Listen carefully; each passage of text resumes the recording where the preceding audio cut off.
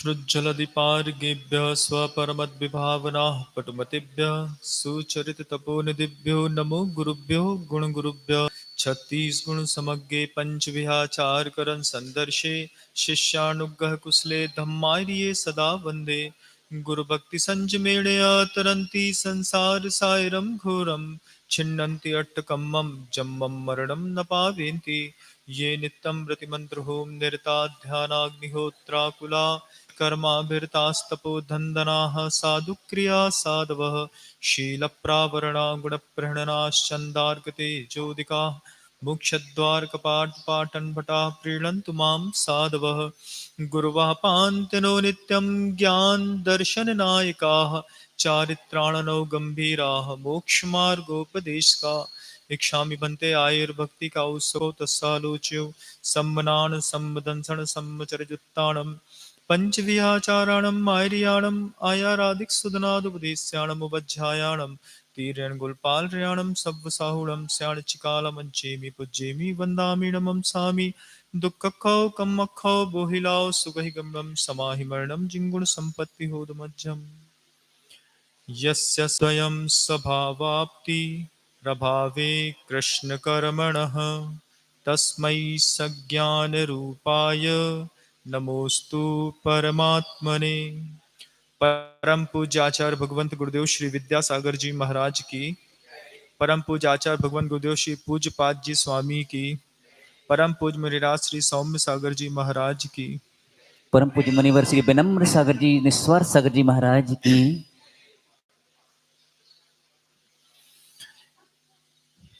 एक अच्छा शिक्षक सर्वप्रथम जो भी उसके पास शिष्य आता है उसके मानसिक स्तर को टटोलने का प्रयास करता है। स्कूल में जाइए, स्कूल से पूरा पढ़ करके या फिर कॉलेज में जाइए तो प्रोफेसर सीधे सीधे किताब की बात नहीं करते। सीधे सीधे प्रोफेसर या स्कूल के टीचर्स ये नहीं बोलते कि सब्जेक्ट में फिजिक्स केमिस्ट्री मैथ पढ़ना है। वो उसको पहले स्नेह से अपने पास रखते हैं, उसको आमंत्रित करते हैं, फिर धीरे धीरे धीरे उससे घुलते हैं, मिलते हैं। और एक अच्छा शिक्षक सबसे पहले अपने शिष्य के मानसिक स्तर को टटोल के उस स्तर तक जाता है कि तुम्हारा स्तर क्या है। हमारा स्तर तो पीएचडी वाला है, हमने पीएचडी करी है, डबल पीएचडी करी है, लेकिन जिसको हम सिखाना चाह रहे हैं उसकी पीएचडी नहीं है। तो जब उसकी पीएचडी नहीं रहती है तो बड़े बड़े शिक्षकों को बीएड, जब एमएड बीएड करते हैं तो उसमें भी इस बात की बार बार जानकारी दी जाती है कि शिष्य के मानसिक स्तर तक सबसे पहले आप पहुंचिए,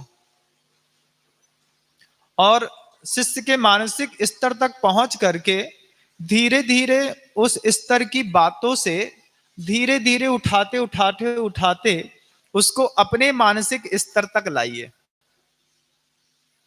हम सीधे सीधे अगर अपने मानसिक स्तर की बातें आपके मानसिकता में डालने का प्रयास करें तो आप बोलेंगे महाराज बात ऊपर से जा रही है। शुरुआत में जब गुरुदेव के उद्बोधन इत्यादि होते थे तो उद्बोधनों को सुनकर के भी कई लोग कहते थे कि आचार्य जी हैं, इतने तपस्वी हैं, इतना अच्छा बोलते हैं, लेकिन बात ऊपर से चली जाती है। एक बार गुरुदेव से किसी ने कहा कि आचार्य जी आप बात तो बहुत अच्छी कहते हैं, ग्रंथ समझाते हैं, आगम समझाते हैं, और धवला जय धवला जब शुरुआत में ही जब हम लोगों की दीक्षा हुई उस समय आचार्य भगवत ने सीधे हम लोग को धवला पढ़ने के लिए दे दी। अब कुछ आता जाता तो था नहीं, और धवला की पुस्तक हाथ में दे दी तो गुरुदेव से मैंने कह ही दिया कि आचार्य जी पढ़ाते तो आप सब हैं, लेकिन समझ में कुछ नहीं आता, सब ऊपर से चली जाती है। तो गुरुदेव कितना अच्छा जवाब देते हैं। गुरुदेव कहते हैं अगर बात तुम्हारे सिर के ऊपर से चली जाती है तो अपना सिर थोड़ा और ऊंचा करो। अगर तुम अपना सिर थोड़ा और ऊंचा करोगे, अपना उपयोग थोड़ा और ऊंचा करोगे, तो बात थोड़े से ऊपर से जो जा रही है ना, वो थोड़े से तुम्हारे दिमाग में आने लगेगी। और उन्होंने ऐसा कह करके हर शिष्य को ऊपर उठाने का हमेशा प्रयास किया, करते ही हैं। गुरुओं का काम रहता है कि वो शिष्य के मानसिक स्तर से जाकर के और फिर धीरे धीरे प्रयास करके शिष्य को अपने मानसिकता और अपने मानसिक स्तर की जानकारी देते हुए उसको शिष्य बना रहने नहीं देते। हमेशा गुरु शिष्य को शिष्य बना करके छोड़ दे तो फिर गुरु की कीमत खत्म हो जाती है। तो गुरु हमेशा गुरु बनाते हैं, लेकिन किसी भी गुरु के हाथ से गुरु बनने से पहले एक अच्छा शिष्य बनना बहुत जरूरी होता है। और पूज्य योग सागर जी महाराज इस बात को बार बार कहते हैं कि अच्छे शिष्य उनके बनते हैं जो किसी का अच्छा शिष्य कभी बन के रहा हो। तो आचार्य भगवंत जैसे पूज्य ज्ञान सागर जी महाराज के एक सुयोग्य शिष्य बनकर के अच्छे से उन्होंने उनके साथ जीवन यापन किया, तो फिर उनको भी बहुत सारे शिष्यों को शिष्यत्व देने का उनको भी मतलब उन्होंने दिया, और हम लोगों को मौका मिला कि हम लोग उनके गुरु की वरदानी छांव के नीचे रह करके अपना विकास कर पाए। इस ग्रंथ के संवाद को जो हमारे बीच में चल रहा है इष्टोपदेश, इसमें भी आचार्य पूज्यपाद स्वामी और उनके सामने बैठा हुआ वह जो शिष्य है वो आप भी हो सकते हैं और कोई और भी हो सकता है। मानसिकता की बात है। तो आचार्य पूज्यपाद जी स्वामी ने उनके सामने बैठे हुए उस शिष्य की मानसिकता को टटोल लिया। पूज्यपाद स्वामी ने देख लिया कि ये विषय भोग को छोड़ करके आया है। विषयों की तरफ होता तो निर्ग्रंथ गुरु की तरफ अपना चेहरा करा ही क्यों। जब गुरु की शरण में आकर के गुरु को देख रहा है तो इसका मतलब है कि इसने भोग तो छोड़ दिए। अब भोग छोड़ दिए, लेकिन इसके अंतर मन में क्या द्वंद्व चल रहा है, उस द्वंद्व को पकड़ना एक गुरु का काम है। तो सामने बैठा है, किताब भी खुली है, अभी नया नया आया है, अभी नया नया आगम की किसी बात को सीखना चाह रहा है, अध्यात्म को समझना चाह रहा है। तो आचार्य परमेष्ठी जो है वो आध्यात्म को समझाने से पहले उसकी मन स्थिति को समझ लेते हैं, और मन स्थिति को समझते हुए धीरे धीरे गुरु अपनी बातों को उपदेश के माध्यम से उसके मस्तिष्क पर देने का प्रयास करते हैं। तो आचार्य पूज्यपाद स्वामी के सामने जो शिष्य बैठा है, वह शिष्य जो विषय को छोड़ करके सामने आकर के बैठा, लेकिन आचार्य पूज्यपाद स्वामी जानते हैं कि इसने भोग की सामग्रियां तो छोड़ दी हैं, लेकिन दिमाग में इसके अभी भी भोग बसा हुआ है। और इसका एक उदाहरण मुझे आचार्य शांति सागर जी महाराज के जीवन से आता है कि आचार्य शांति सागर जी महाराज जब विहार करते थे तो सेठवाल गांव के आसपास एक अन्नमत का साधु रहता था। तो उसने पहले वो बहुत धनाढ़ थे, धनाढ़ होकर के उन्होंने साधुता ग्रहण करके और अपने वस्त्र इत्यादि के साथ एक कुटिया बना करके रहने लगे। और कुटिया में धीरे धीरे धीरे धीरे उनका कुटिया में इतना मन रम गया कि उन्होंने अपना घर छोड़ दिया,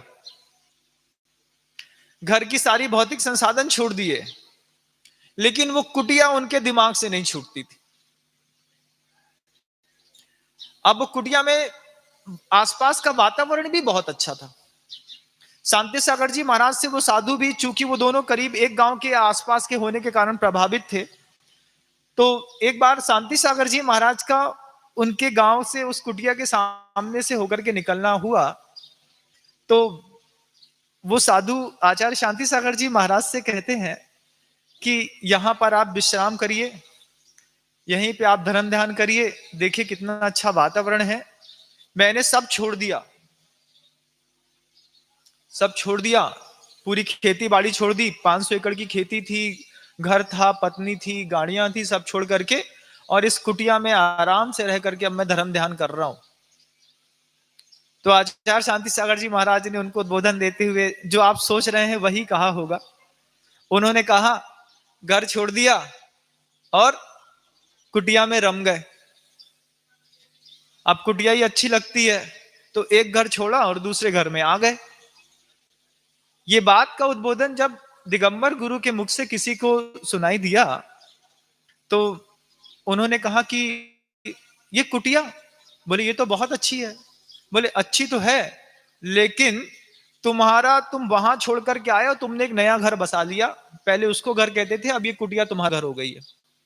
और जब तक ये घर रहेगा तब तक तुमको अध्यात्म की प्राप्ति नहीं होगी।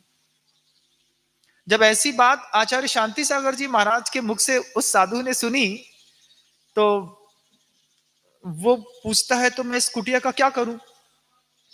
तो शांति सागर जी महाराज जी कहते हैं छोड़ो। और शांति सागर जी निकल गए।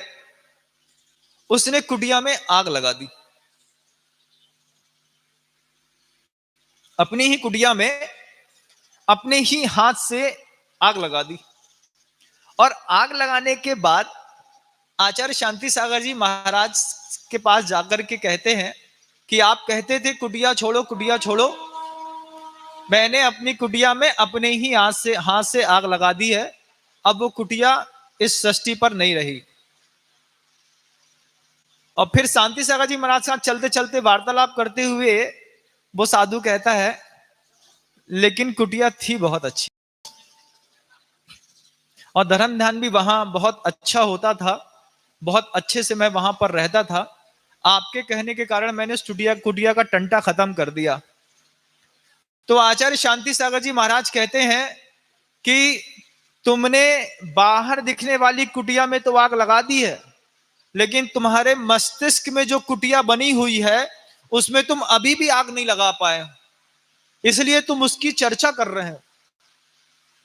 और जब उस साधु ने यह बात सुनी कि आचार्य शांति सागर जी महाराज मात्र बाहर की कुटिया छोड़ने के लिए नहीं कह रहे, अंदर की भी कुटिया छोड़ने के लिए उद्बोधन दे रहे हैं, तब उसका विवेक जागृत हुआ। कितनी बड़ी बात होती है, गुरुओं के संबोधन देने का क्या तरीका होता है। आप देखिए यहां पर भी आचार्य पूज्यपाद स्वामी जो है, वो जो सामने शिष्य बैठा है उस शिष्य की मन स्थिति को जानते हैं।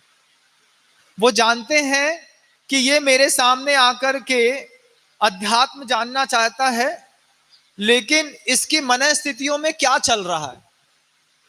तो जब उनकी मन स्थिति को आचार्य पूज्यपाद देव ने पढ़ लिया तो आचार्य पूज्यपाद देव उसको छठवीं कारिका में जो कल आपके सामने आई थी, उन्होंने कहा कि वासना मात्र में वही तत् सुखम दुखम च देहि नाम यथा ह्युजवेज यंतेते भोगा रोगा इवापदे।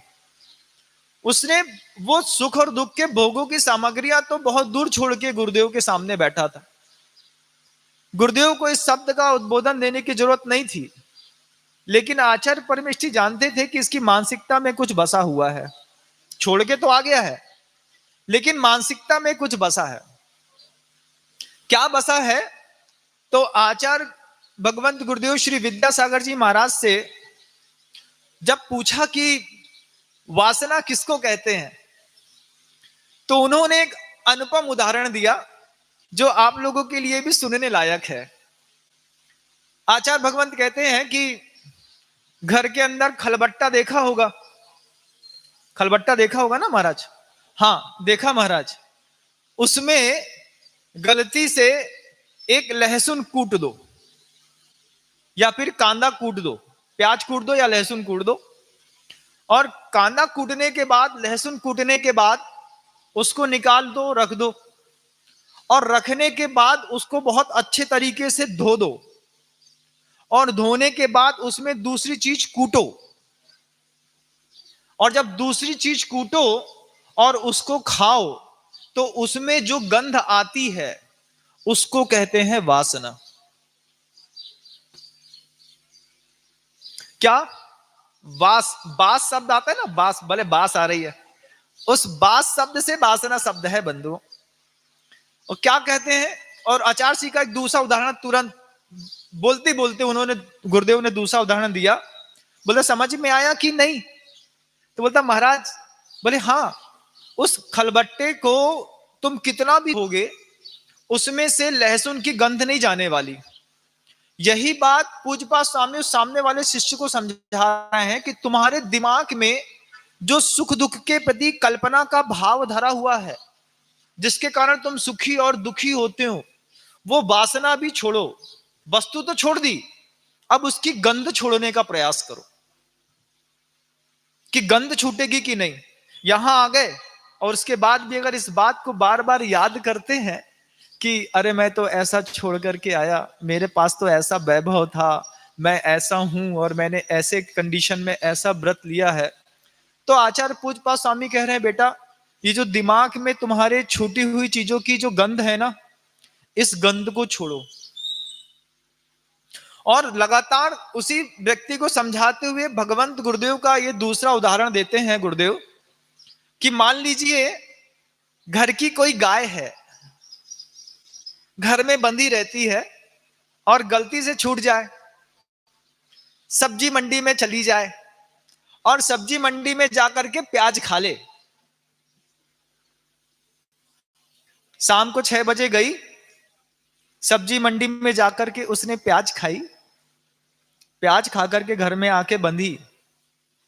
रात का जो दूध था वो तो ठीक ठाक आपने निकाल लिया, लेकिन सुबह जब आप उस गाय को दूहते हैं तो दूहने पर गाय ने गोबर भी कर दिया, खड़े होते ही साथ गाय गोबर कर दी, गोमूत्र कर दिया। अब बारी आती है गाय को दूहने की, तो जब गाय को दूहते हैं तो दूह लिया, दूध तो बहुत अच्छा है महाराज, हाँ बहुत अच्छा है, अब उसको गर्म कर लो, उसमें इलायची मिला दो, उसमें बूरा मिला दो और उसको पियो, तो उस दूध में प्याज की बदबू आती है। आती है कि नहीं? आती है। इसको कहते हैं कि चीज खा करके छोड़ तो दी, लेकिन उसकी वासना, उसकी गंध अगर तुम्हारे मस्तिष्क में भी है तो उस सबसे पहले उस गंध को बाहर निकालने का प्रयास करो। महाव्रतियों के लिए भी इस आध्यात्मिक ग्रंथ में उद्बोधन है। और मात्र ये जो ग्रंथ है वो आध्यात्मिक नहीं है कि आत्मा की बात करेगा, संसार की प्रत्येक परिस्थिति का दिग्दर्शन कराने की सामर्थ्य इस इष्टोपदेश नामक ग्रंथ पे है बंधु।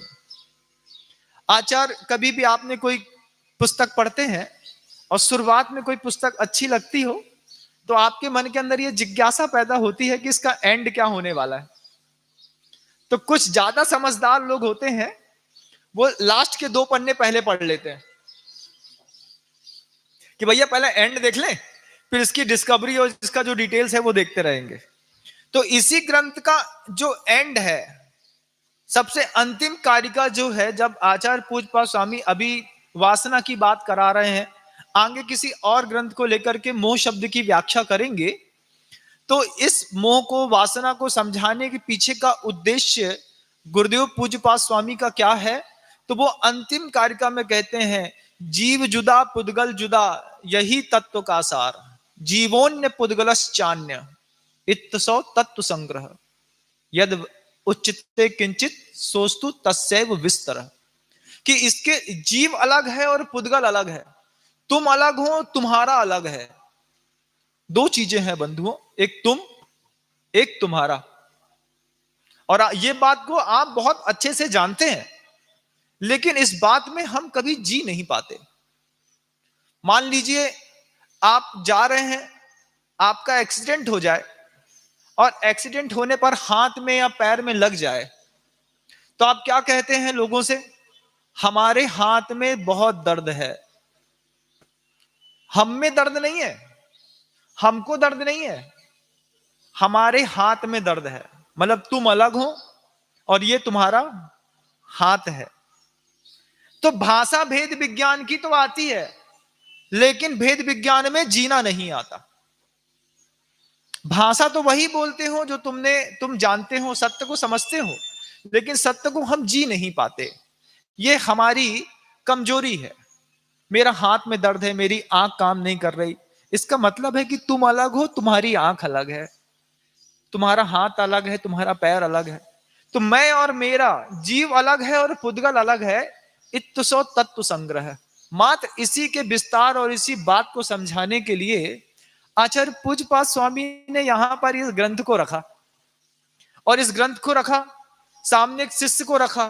वो शिष्य बिल्कुल नया नवेला, उस नए नवेले शिष्य को समझाने के लिए आचार्य महाराज ने कारिका रखी। कारिका में कहा, वासना मात्र में वै तत् सुखम दुखम च देहि नाम, कि ये जो सुख और दुख है ना, ये कल्पना मात्र है। जैसे गंध बची है तुम्हारे दिमाग में, तो वो गंध निकाल दो, और जीवन में अगर कुछ मान लो सुख और दुख का अनुभव कर रहे हो तो उसको भी निकाल दो। दुख होना और दुखी होना, इन दोनों चीजों, दोनों परिस्थितियों में अंतर होता है। दुख उत्पन्न होता है आपके असाता कर्म के, बाहरी परिस्थितियों के विपरीत वातावरण बना तो दुख की सामग्रियां एकत्रित हो गई, दुख उत्पन्न हुआ। लेकिन दुखी कब होता है आदमी? तो कहते हैं कसाय के उदय से। अंदर अगर 4 कसाय में से किसी कसाय का उदय नहीं है तो आपको परिस्थितियां प्रतिकूल होने के बाद भी कभी दुख पैदा नहीं होगा। और सुख की भी यही स्थिति है बंधुओं, कि सुख भी जो है कसाय जन्य है, परिस्थिति जन्य नहीं है। आचार्य पूज्यपाद स्वामी कहते हैं, परिस्थितियां दुख या सुख नहीं देती, मन स्थिति सुख या दुख का अनुभव करती है। तो मन स्थिति सुख और दुख का कैसा अनुभव करती है महाराज? कोई एक उदाहरण आपको बताओ सुख का, तो एक उदाहरण आपको बता देते हैं। आपको अच्छा लगे तो आप रख लीजिएगा और किसी और को बता दीजिएगा। तो सुख की एक उदाहरण देखिए आप, कि मान लीजिए तीव्र असाता कर्म के उदय से आपको भूख लगी। असाता से लगी कि साता से लगी है? साता कर्म के उदय से भूख लगी, असाता के उदय से तीव्र भूख लगी। सामान्य भूख लगना तो फिर भी ठीक है, लेकिन तीव्रतम भूख कैसी लगती? मान लो किसी को भस्मक व्याधि रोग हो गया, तो ये असाता कर्म के उदय से लगी। तो मान लीजिए आपको घर में सामान्य भूख लगी, आप मेहनत करके आए, घर में पत्नी ने बहुत सारे भोजन सामग्रियां बना के रखी, लेकिन ठंडी हो गई। लेकिन उसी समय घर में मां बहनें जो है वो गरम गरम रसगुल्ले बना रही थी। गरम गरम खोबे के रसगुल्ले घर में बन रहे थे, और दूसरी जो बहन थी वो एक रबड़ी ओंट रही थी। अब जैसे ही आपको भूख लगी और आप सामने आए और मां बहन से पूछा कि कुछ खाने को है, तो बोले सब्जी दाल तो ठंडी हो गई, लेकिन अभी गरम रसगुल्ला बना है।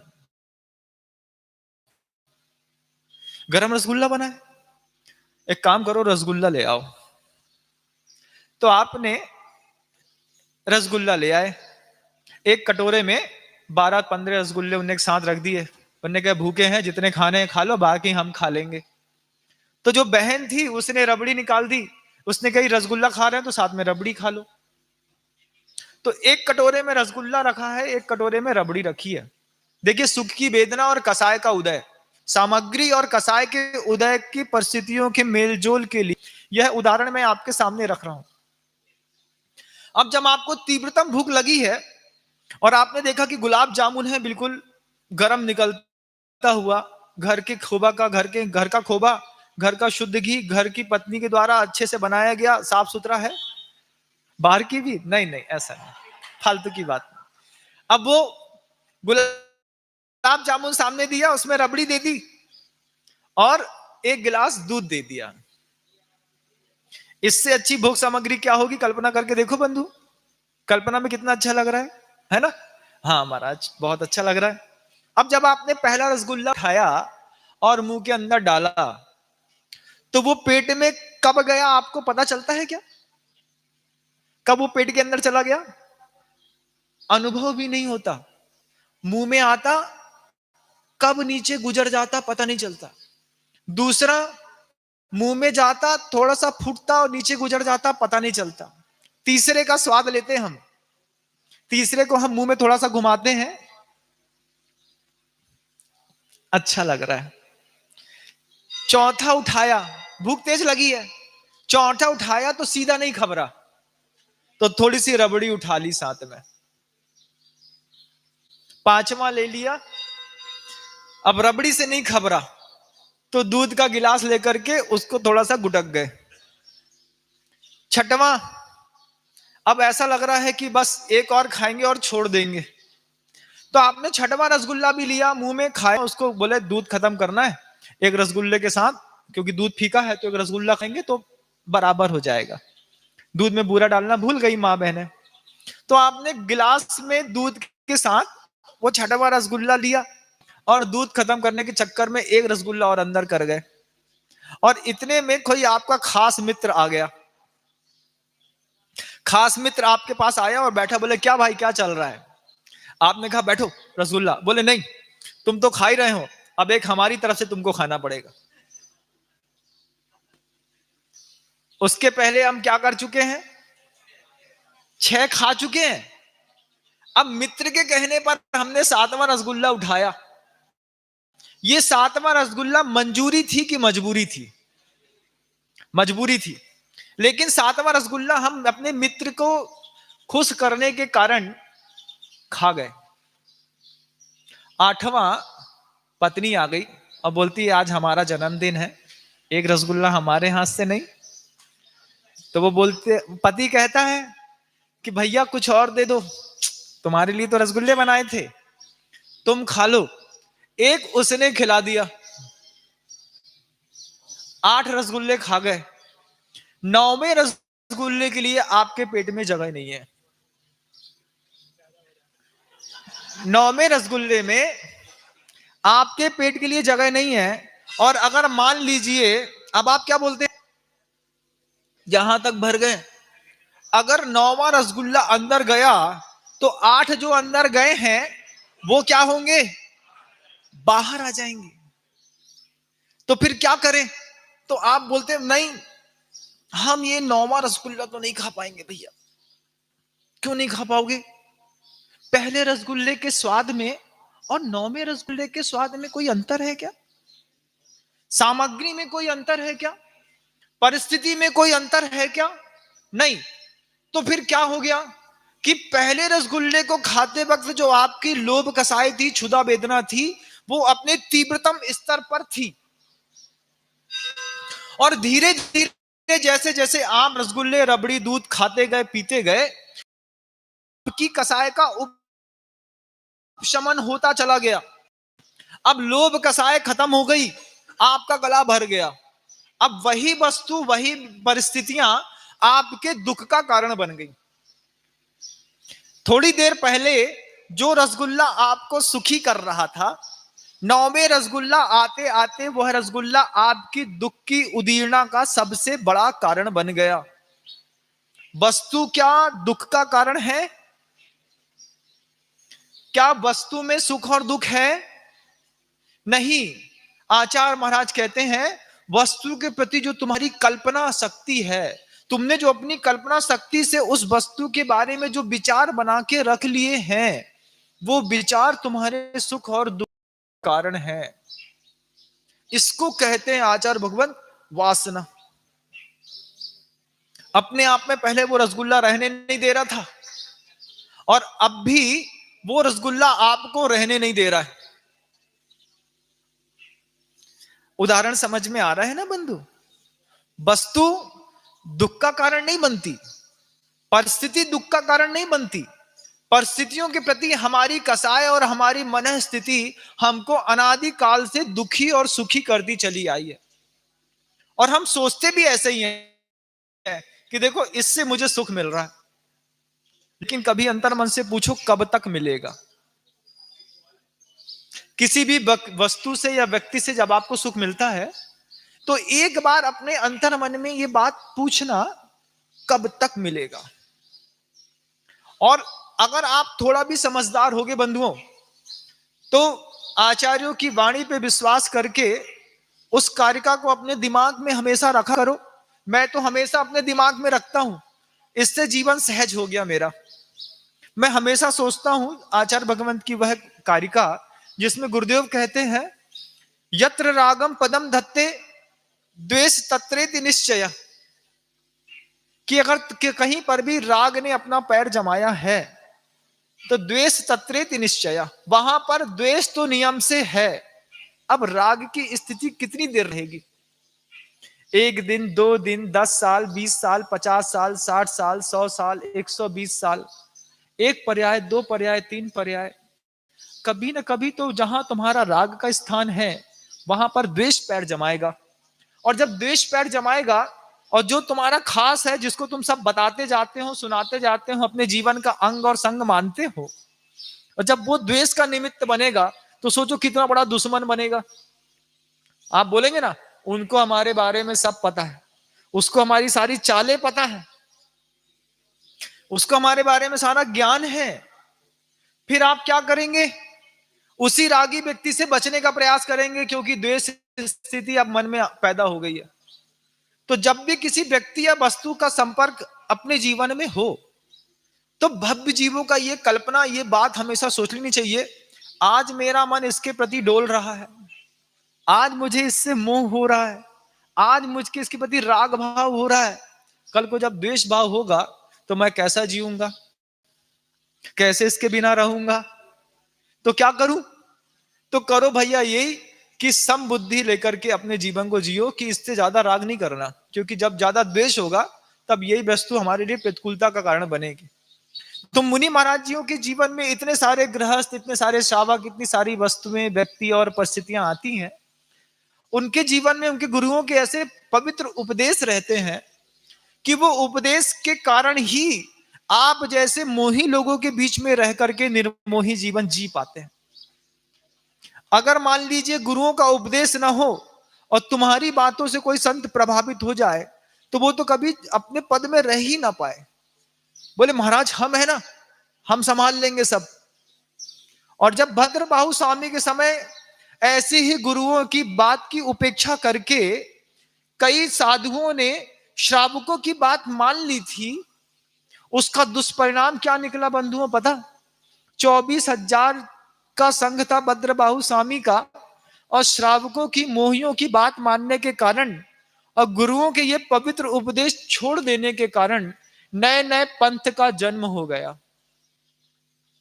भगवान महावीर का जो अक्षुण्ण शासन था उसमें फूट पड़ गई, एक श्वेतांबर पक्ष खड़ा हो गया, एक दिगंबर पक्ष बना रहा। उसमें भी कई परिस्थितियां बनी, कोई अर्धफालक का बना, कोई आपनी बना, कोई श्वेतांबर बना, कोई गोपिच्छुक बना, कैसे कैसे संघों में विभेद पड़ा। क्यों बना? क्योंकि गुरुओं के उपदेश का समीचीन प्रभाव जिस भी आत्म मन में नहीं पड़ता उसका पतन तो निश्चित हो ही जाता है, आपका भी हो जाता है। और अगर साधु भी वैराग्य के कथानक रोज ना सुनते हो और पढ़ते हो तो गुरु की अनुपस्थितियों में परिस्थितियां, नो कर्म उनको भी प्रभावित कर देते। इसीलिए बड़े बड़े समूह और संघों की संरचना आचार्य भगवंत करा करते हैं कि 10-10 मुनियों का समूह क्यों बनाया, 9 का क्यों सम बनाया, कि इनमें से किसी का भी वैराग्य अगर ढीला पड़ रहा हो तो एक का ढीला पड़ेगा, 9 संभाल लेंगे, और कभी दूसरे का ढीला पड़ेगा तो फिर ये 9 मिलकर के संभाल लेंगे। तो सबका वैराग्य, सबका ध्यान, सबकी शक्ति, सबकी साधना, सबका तप बना रहे, इसलिए पंचम काल में समूह की, सामूहिक धर्म ध्यान की आवश्यकता जितनी साधुओं को है उतनी गृहस्थों को भी है। इससे कीमत समझ में आती है सामूहिक धर्म ध्यान की।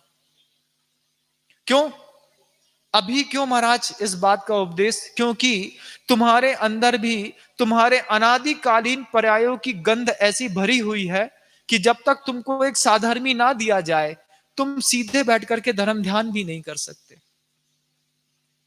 और जो कमजोर शक्ति वाले लोग होते हैं इनके लिए गृहस्थ आश्रम दे दिया जाता है कि एक पत्नी के साथ संतुष्ट होकर के लेकिन नंदीश्वर दीप का विधान कर, जिनेंद्र देव की पूजन कर, शांति विधान कर, अष्टांगा के उपवास। तो अकेले नहीं होते ना, तो तू अपनी साधर्मिणी को साथ में ले ले, उसके साथ बैठ करके 16 कारण व्रत के पर्युषण के व्रत और उपवास कर। साधना करने के लिए सहयोगी प्रदान किया। अर्धांगिनी इसलिए नहीं दी थी कि भोग भोगते उसके साथ, अर्धांगिनी इसलिए दी थी कि योग की साधना मैं साधु के मिल करके कर लूंगा, थोड़ी राग मिश्रित कर लूंगा, लेकिन साधना कर लूंगा। इसलिए संसार बसाया था बंधुओं, और इस बसे संसार को पुरुषार्थ कहा गया है आगम ग्रंथों में। आप कभी अपने अतीत और पन्नों को टटोल के देखिएगा, और जो हमारा घर हमने अपने द्रव्य के संचय से बनाया था, हमने धीरे धीरे करके उसमें इतनी सारी सामग्रियां भोगों की जोड़ दी कि जो हमारी कर्म भूमि होना चाहिए था उसको हमने अपने पुरुषार्थ से अपनी भोग भूमि बना दिया। घर के अंदर सुविधाओं का अंबार लगा है, लेकिन बोले माला फेरने की कोई जगह भी है क्या? बोले उसके लिए तो मंदिर बनवाया, उसमें 3100 रुपए की दान दिया हमने। 3100 का दान देकर के मंदिर के लिए दान दिया हमने। 3100 का काय के लिए दिया? अपने लिए तो दिया। बहुत सही कह रहे हैं आप। घर 5 करोड़ का बनाया और दान देने की बात आती है तो लोग बोलते हैं भैया अभी मद्दा चल रहा है, 11,000 लिख लो। वो ऐसा बिल्डिंग देखता है सामने वाला, 11,000, अभी तो 11,000 लिख लो भैया, फिर जैसा जैसा आता जाएगा वैसा।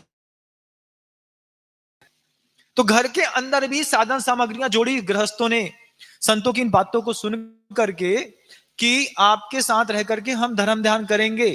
पत्नी या पति, पत्नी को पति या पति को पत्नी इसलिए दी गई थी कि घर के अंदर रह करके उसको भोग भूमि मत बनाना, उसको कर्म भूमि बनाना। और इंद्रिय का जो असंयम तुम्हें परेशान करता है उसमें इनके साथ आपस में संतुलित रह करके, लेकिन सर्वाधिक समय धर्म ध्यान में गुजारना। और हम है आत्मा आज इष्टोपदेश नामक ग्रंथ की वाचना सुनने के लिए यहां पर बैठ गई। अब बैठे हो, ग्रंथ को सुन रहे हो, समझ रहे हो, लेकिन क्या मन के अंदर घर की वासना परेशान नहीं कर रही? कर रही महाराज। चिंता है 9:30 बजे बच्चे को स्कूल भेजना, 11 बजे भोजन बनाना है, ये आएंगे तो बहुत चिल्लाएंगे, प्यार नहीं रहता। तो मंदिर जी के अंदर भी आप जो निराकुलता पूर्वक धर्म ध्यान नहीं कर पा रहे हैं, सोचो मतलब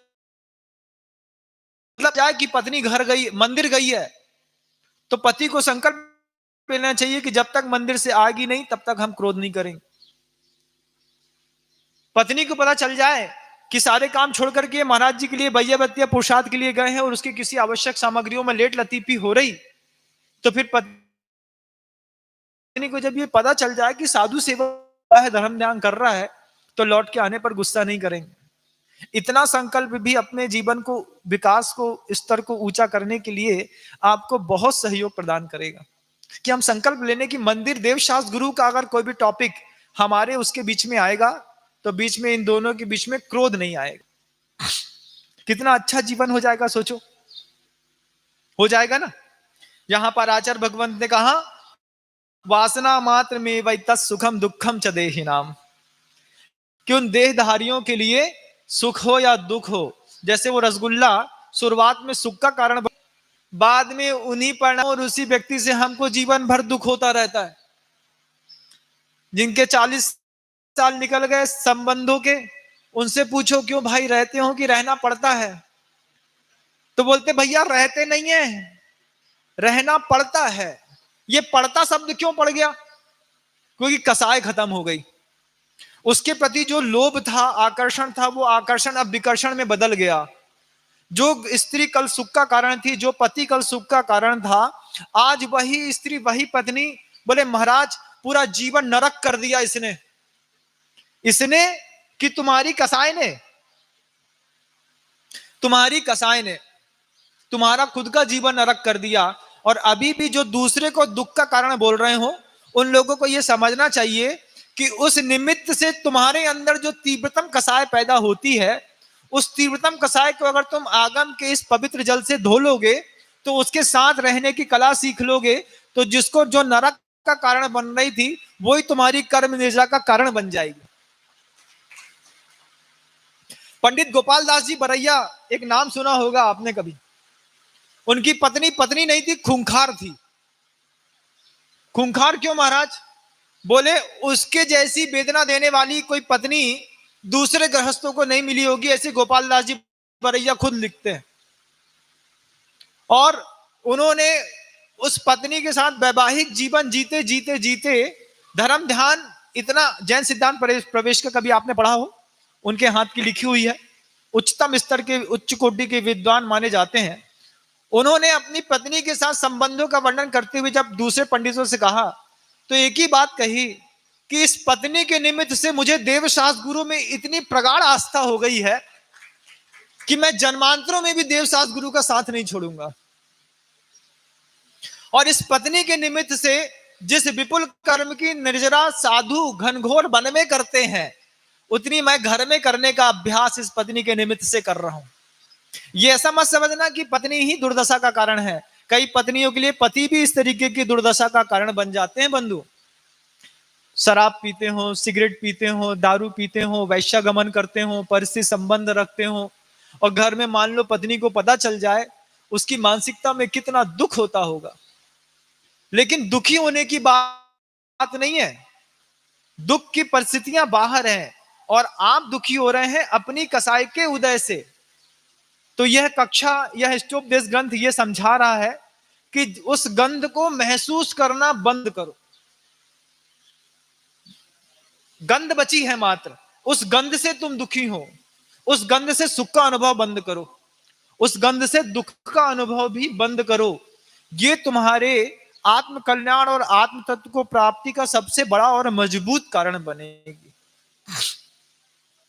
हाँ महाराज, आपके कहने पर मुझे वासना, उसकी गंध और अपने जीवन में होने वाले उपद्रव का भान हो गया।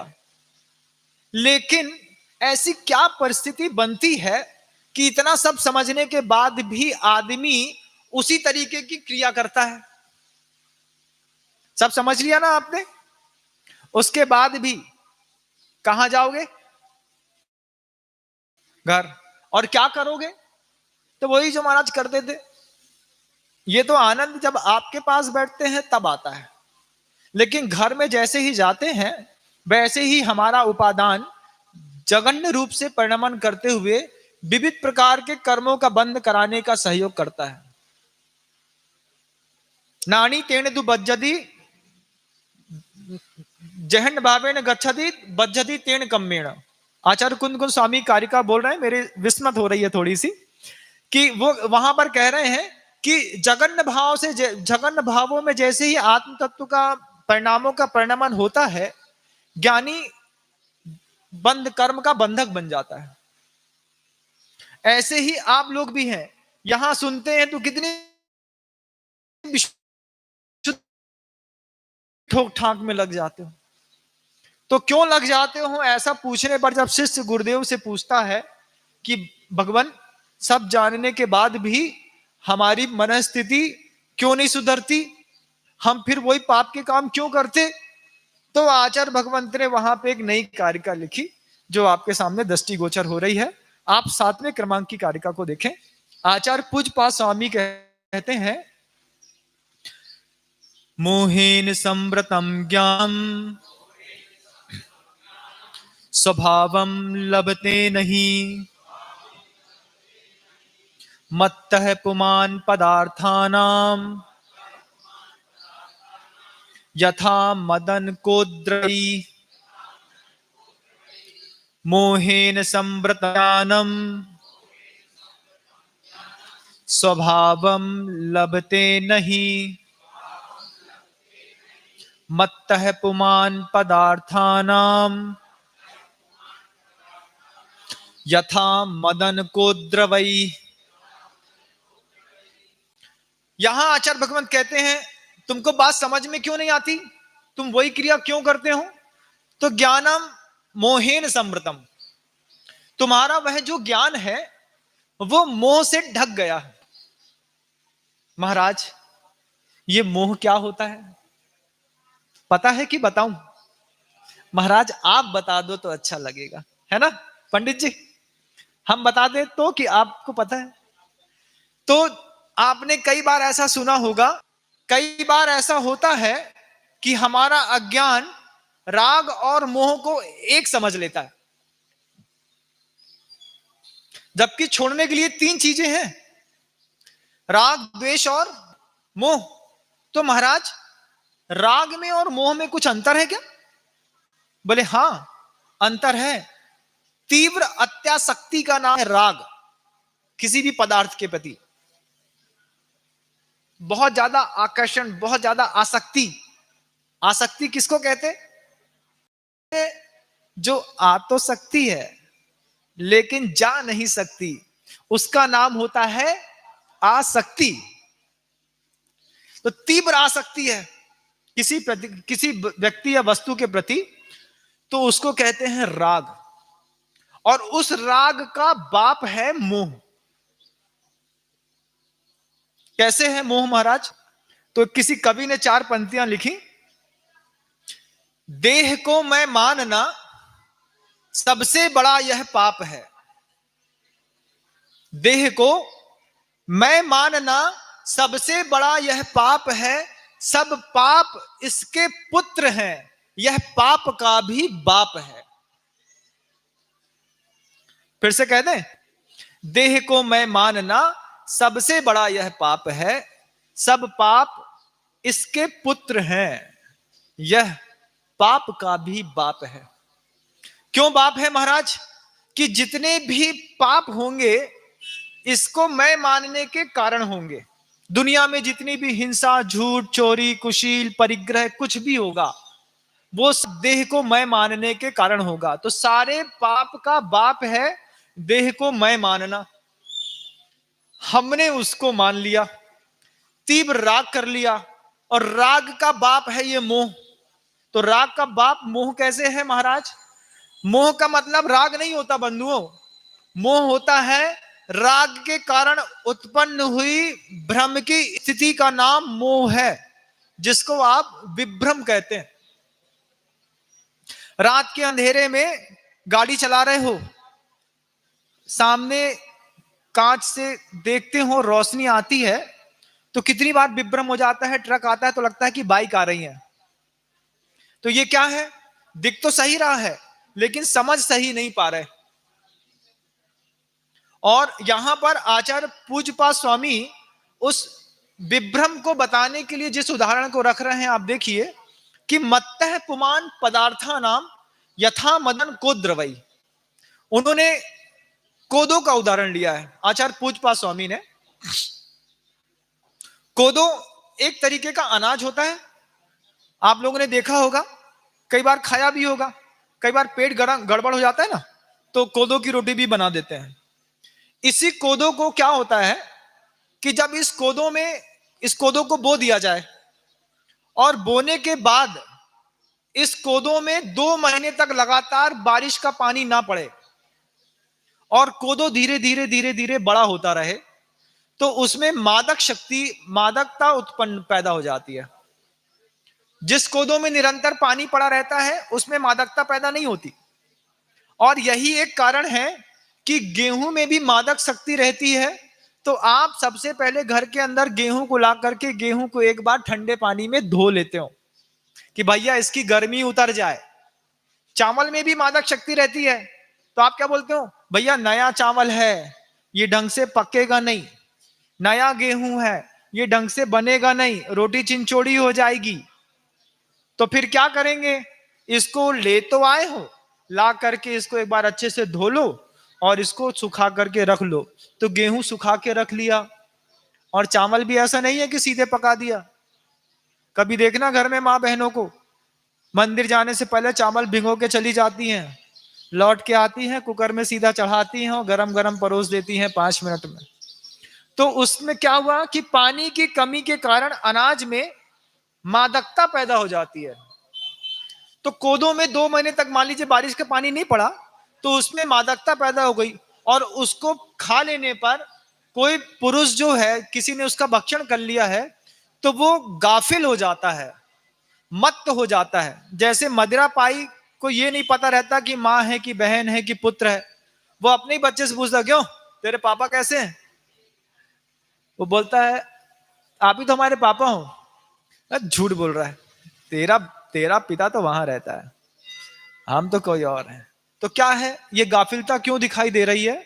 ये गाफिलता इसलिए दिखाई दे रही है कि आपने किसी ऐसी वस्तु का सेवन कर लिया है जो मादकता उत्पन्न करने में सहायक बन गई। यहां पर हमारे जीवन शैलियों में वह जो हमारा मोह था, उसने हमारे जीवन में ऐसी मादकता पैदा कर दी कि हम आगम की हर एक परिभाषा को जानने के बाद भी वही काम करते हैं जो काम हमें नहीं करना चाहिए, और हर गलत काम करने के बाद उतना ही पश्चाताप करते हैं जितना हमें पूर्व बोध के कारण पहले करना चाहिए। साधुओं की क्या परिस्थिति रहती पता? उनके यहां पूर्व बोध की कीमत है और आपके यहां पश्चाताप की। साधु साधना इसलिए कर पाता है कि वो पहले से समझ जाता है कि ये पाप है, नहीं करना, और श्रावक उस पाप को करने के बाद साधु के पास आता है, बोलता है हमसे पाप हो गया। तो बोले एक बार हो गया तो प्रायश्चित है, और अगर बार बार हो गया तो वो फिर पाप की श्रेणी में नहीं आता, अपराध की श्रेणी में, उसके लिए फिर दंड का विधान नहीं है, फिर उसको छोड़ देना ही श्रेय करे कि भैया तुमसे नहीं हो पाएगा, तुम इस वस्तु व्यक्ति और परिस्थिति के लायक नहीं हो, तुम इसको छोड़ दो। ऐसी आगम की कौन सी परिभाषा है जो आपने जन्मांतरों में नहीं सीखी, बताइए। महाराज पहली पहली बार तो इष्टोपदेश ग्रंथ की वाचना सुन रहे हैं, मैं खुद पहली पहली बार इष्टोपदेश ग्रंथ की वाचना यहां पर बैठ करके कर रहा हूं। इसके पहले मैंने इष्टोपदेश को मात्र पढ़ा है, समझने का प्रयास तो मैं आपके निमित्त से यहां पर बैठ करके कर पा रहा हूं, यह भी मेरा सौभाग्य है। आपको समझाता हूं और मुझे समझ में खुद आ जाता है। तो ये यहां पर आचार्य भगवंत कह रहे हैं कि मोहेन समृतम ज्ञानम स्वभावम लभते नहीं। कैसा वह मोह है? तो बोले वो मोह छायिक सम्यक दृष्टि को भी होता है। बंधुओं, आप तो बहुत छोटे हो, रामचंद्र जी थे ना, कितना प्रगाढ़ मोह था लक्ष्मण से। लक्ष्मण ने तो प्राण त्याग दिए इस बात को सुनकर के कि राम खत्म हो गए, किसी ने मजाक में कह दिया तो लक्ष्मण के प्राण निकल गए। यह भी मोह की स्थिति थी, मोह का दुष्परिणाम था, ये विभ्रम था। आंख में वो परिस्थितियां थी नहीं, एक विभ्रम आंख में पैदा किया गया और उस विभ्रम के कारण किसी जीव ने अपना प्राण त्याग दिया। सोचो कितनी बड़ी बात। और उसी विभ्रम के कारण रामचंद्र जी कि मेरा भाई है, मर कैसे सकता है, ये तो मरा ही नहीं है। 6 महीने तक अपने कंधे पर अपनी उस कसाय के कारण उस व्यक्ति को लेकर के घूमते रहे। छायिक सम्यक दृष्टि तद्भव मोक्षगामी, ऐसे लोगों का भी मोह खत्म नहीं होता। बंधुओं, हमारा आपका तो बहुत न्यूनतम स्तर का पुरुषार्थ है। उस रामचंद्र जी को भी समझाने के लिए स्वर्ग से देवताओं को आना पड़ा, परिस्थितियां बनानी पड़ी, बाहर एक छायिक सम्यक दृष्टि को परिस्थिति बनानी पड़ रही है। अरे महाराज, सम्यक दर्शन होने के बाद तो भेद विज्ञान अपने आप हो जाता है। सम्यक दर्शन होने के बाद तो आत्मा की वो चकचकायमान आत्मा अपने आप अंतर अंतर में दिखने लगती है। ऐसी कितनी भ्रांतियां हैं आपको। सम्यक दर्शन न अनुभव की वस्तु है न दिखाई देने की, वह तो आत्मा का ऐसा निर्मल परिणाम है बंधुओं कि जिसके अंतर पैदा होता है वो भी नहीं जानता, मात्र केवल ही जानते हैं। हाँ, उसके अंदर उस परिणाम के साथ साथ जो वो पुरुषार्थ करता है, उस पुरुषार्थ का प्रतिफल होता है कि उसके अंदर भी केवली परमेष्टि की वह पर्याय घटित हो जाती है। अब वो छायिक सम्यक दृष्टि रामचंद्र जी मोह के वशीभूत होकर के लक्ष्मण को कंधे में लेकर के फिर रहे, और तुम लोग भी चलते फिरते राम और सीता हो आज की इस वर्तमान परिस्थितियों में कि तुम भी अपने कंधे पे मरी हुई कितनी चीजों का बोझ लेकर के घूम रहे हो। बताओ कितनी परिस्थितियां दुख की ऐसी थी तुम्हारे जीवन में आके चली गई, आज भी तुम्हारे दिमाग में टिकी हुई हैं। उसने मुझे उस समय ऐसा दुख दिया था, मैं मर भी जाऊं तो भूल नहीं सकता।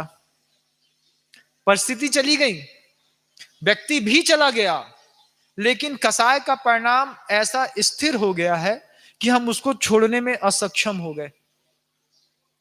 चाहे दुख की हो या सुख की परिस्थिति हो, सुख की परिस्थितियां भी ऐसी हैं कि चली गई सुख की परिस्थितियां, उसके बाद भी हमें उम्मीद है कि वहां से फिर एक बार सुख की प्राप्ति हो जाएगी। तो बार बार उसको जाने का, देखने का, छूने का प्रयास करते हैं। और कुत्ते की हड्डी चबाने से ज्यादा तुम्हारे ये सुख और दुख का पुरुषार्थ नहीं है, ऐसा आचार्य भगवंत अपने ग्रंथ राज में कहते हैं। महाराज क्या बोले?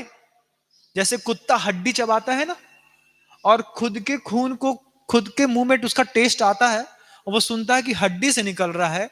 ऐसी कितनी गुजरी हुई परिस्थितियों में सुख और दुख की कल्पना करके जो तुमने अपनी जीवन जीने की एक शैली बना ली है, आचार्य भगवंत कहते हैं कि इस मदिरा से बाहर निकल के देख कि वे परिस्थितियां और परिणाम तेरे जीवन से बहुत दूर चले गए।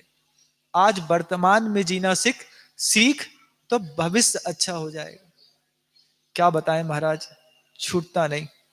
इसी को छोड़ने के पुरुषार्थ के लिए आचार्य भगवंत को यह कारिका लिखनी पड़ी कि तुम मेरे सामने आके बैठ तो गए हो, और तुमने सारी बाहरी सामग्रियों का त्याग भी कर दिया है, लेकिन उसके बाद भी तुम्हारा वह जो ज्ञानोपयोग है वो ग्रंथ में ना जा करके अपनी उन जीवनकालीन जीने वाली परिस्थितियों में दोबारा क्यों जा रहा है मोहेन समृतम ज्ञानम।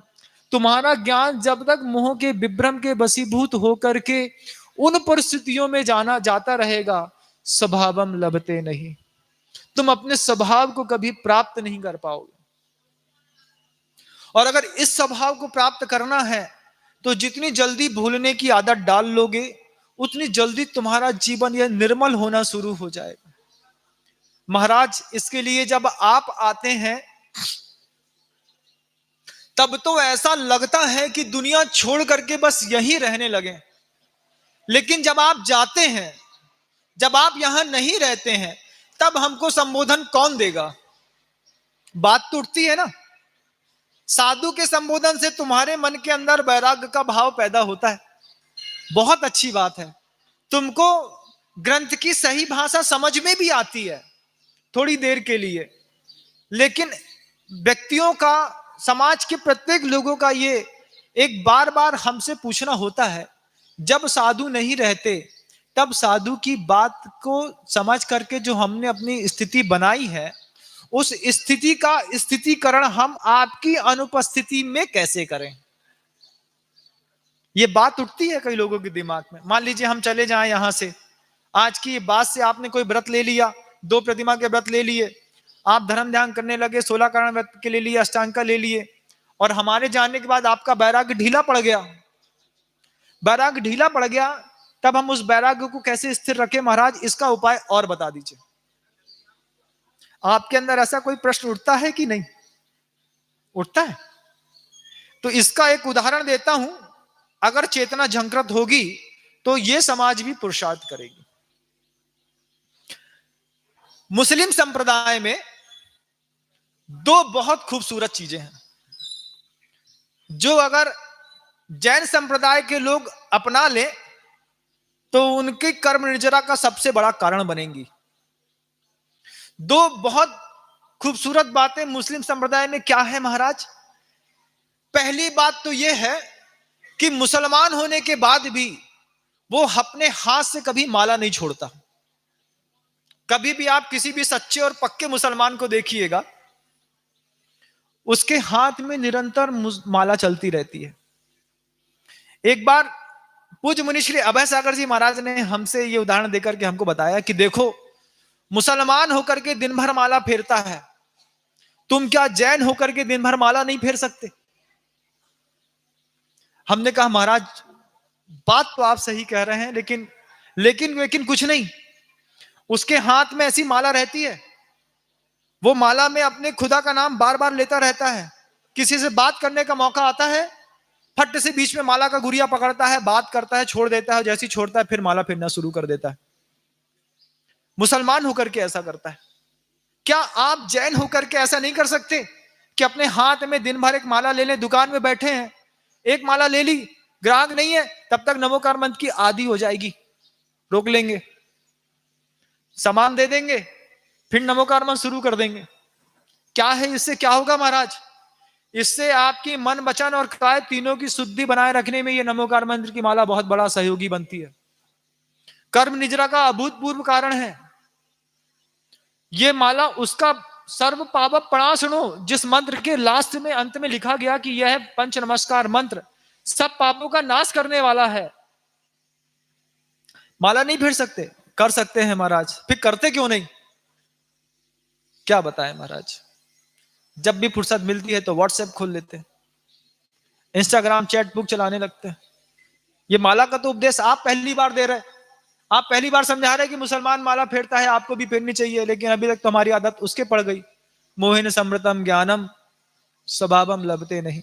कितना बर्बाद करोगे अपने आप को, तुम खुद बताओ। जो काम तुम कर सकते हो, अपनी स्थिति में रह करके कर सकते हो, तुम वो भी नहीं करना चाहते। ये मोह है, अज्ञान है, वासना है, क्या है ये? बोले ना ये मोह है, ना अज्ञान है, ना वासना है, ये तुम्हारा नैतिक स्तर का जघन्यतम अपराध है। और दूसरी एक बहुत खूबसूरत बात है मुस्लिम संप्रदाय में बंधुओं, वो ये है कि उनके यहां उनके मौलवी आए या ना आए, साधु संत उनके आए या ना आए, कोई प्रवचन सभा हो या ना हो, उनके यहां एक तबलीगी जमात चलती है। क्या करते हैं उन लोग? 4, 5, 6 लोगों का ग्रुप बना लेते हैं, और ग्रुप बना करके मान लीजिए उनका प्रभाव उनके नगर में है, तो वो अपने ही नगर में उन मुसलमानों के पास जाकर के बात करते हैं, आदाब करेंगे, बात करेंगे, अरे आप बहुत दिन से नमाज में नहीं आए, आप बहुत दिन से जुम्मा की नमाज आपने नहीं दी, बहुत दिन से आप कोई तकरीर पढ़ने नहीं आ रहे हैं, आयत सुनने नहीं आ रहे हैं, आपको आना चाहिए। तो 4-5 लोग इकट्ठे हो जाते हैं और एक एक घर में एक एक मुसलमान के यहां जाकर के उसको समझाते हैं, कन्वेंस करते हैं कि तुमको मस्जिद आना तुम्हारा फर्ज है, तुमको आना चाहिए।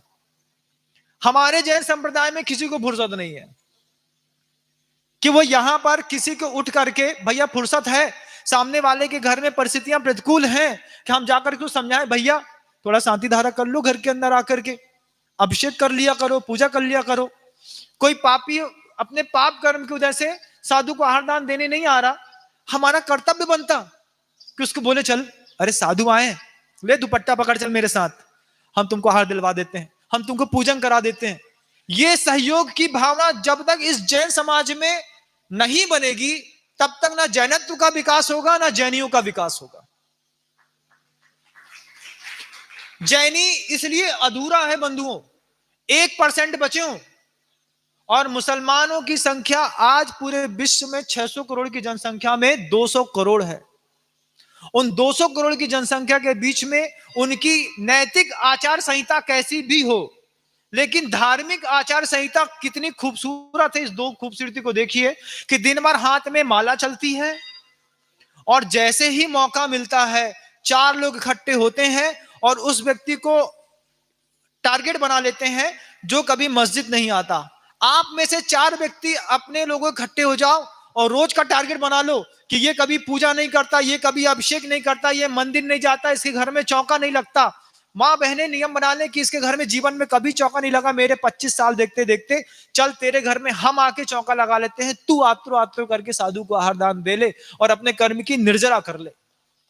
जब तक साधर्मी बात्सल्य इस तरीके का आप लोगों के जीवन में नहीं आएगा, ये जैनत्व आज 1% बचा है बंधुओं, आने वाले सदियों में ये 1% भी नहीं बचेगा। कितनी कट्टरता है उस धर्म में अपने धर्म को लेकर के, और इतने ही फ्लेक्सिबिलिटी हमने अपनी लाइफ स्टाइल में, अपने कॉन्स्टिट्यूशन और अपने इनको लेकर के कर ली है कि हम हर चीज से कॉम्प्रोमाइज करना सीख गए।